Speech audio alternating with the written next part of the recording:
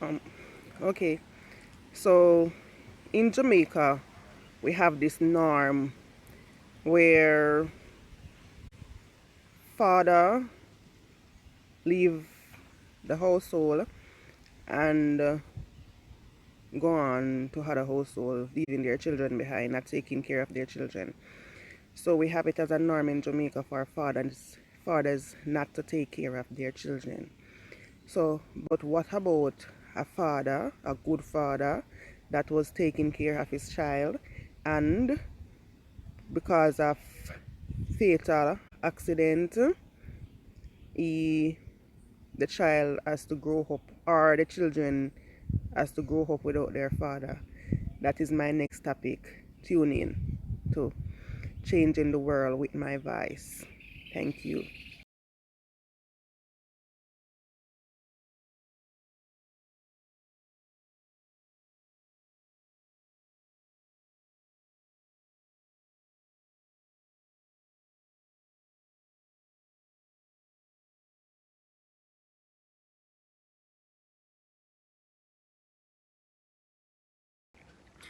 Okay, welcome back to another episode of Changing the World with my voice. And the program today, I have with me Katian Edwards. Hi. Yeah, and she's going to tell us a story about her dad and how he met his fatal death. Okay, Katy, please introduce yourself. Hi guys, I am Kathy Edwards. Follow me on Instagram at Kathy underscore three times, March 15, and then another underscore three times. Yes. So, well, most people know, but I'm going to introduce my story to this channel. My dad was Mr. Edwards, and he taught by Port Antonio High for a peak in his career. He passed away December 4, 2005, which means he has been dead for like 15 years now, and I was 8 at the time. And it was traumatic. I mean, death is not something that I advise anyone to push to get over, because you really don't. Like, no matter how long, how much, how far, there's still something that, especially if it was like a good person, you will always have that missing piece. And my dad was A1. He was incredible. He was like world's greatest dad.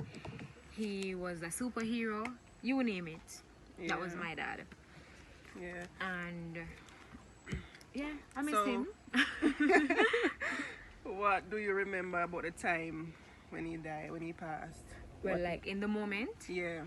I remember that night so vividly. Sometimes it scares me to say it's actually 15 years ago, and I can remember it as if it was just yesterday.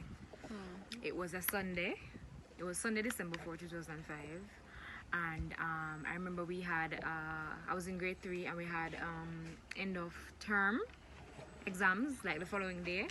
And Sunday evening, he went to watch. There was a circus opening in Bournebrook, where I live, and he went to watch it to see if it was okay, and that he had to approve stuff that we were interested in before we could actually go. Okay. So that was what he left to do. And then I remember like hours passed, and my mother told my sister to call him. But then two people in like earlier on in the day came to us, and they were asking, like, what color bicycle he rode, what was he wearing when he left. So that was a bit suspicious. And then I remember now in the night when he didn't return, we went by where we heard that the accident took place, which was by Jungle Gully Bridge, and the rest was history. All right. So, how does this affect you growing up?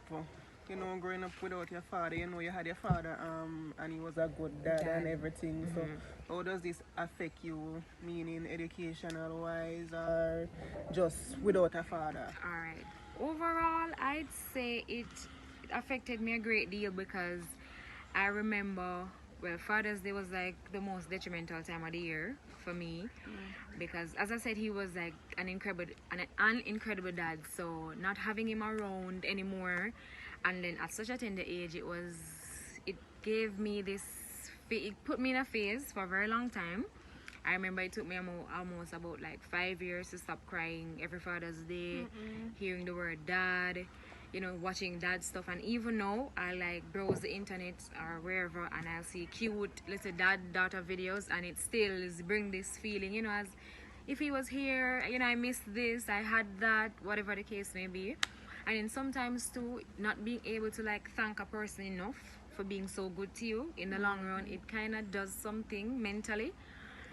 But educational wise, I had to do good in school, period. Whether he was dead 10 times yes or no, I had no choice. Reason being, he was an educator, and my mom is also an educator, and I had strong support.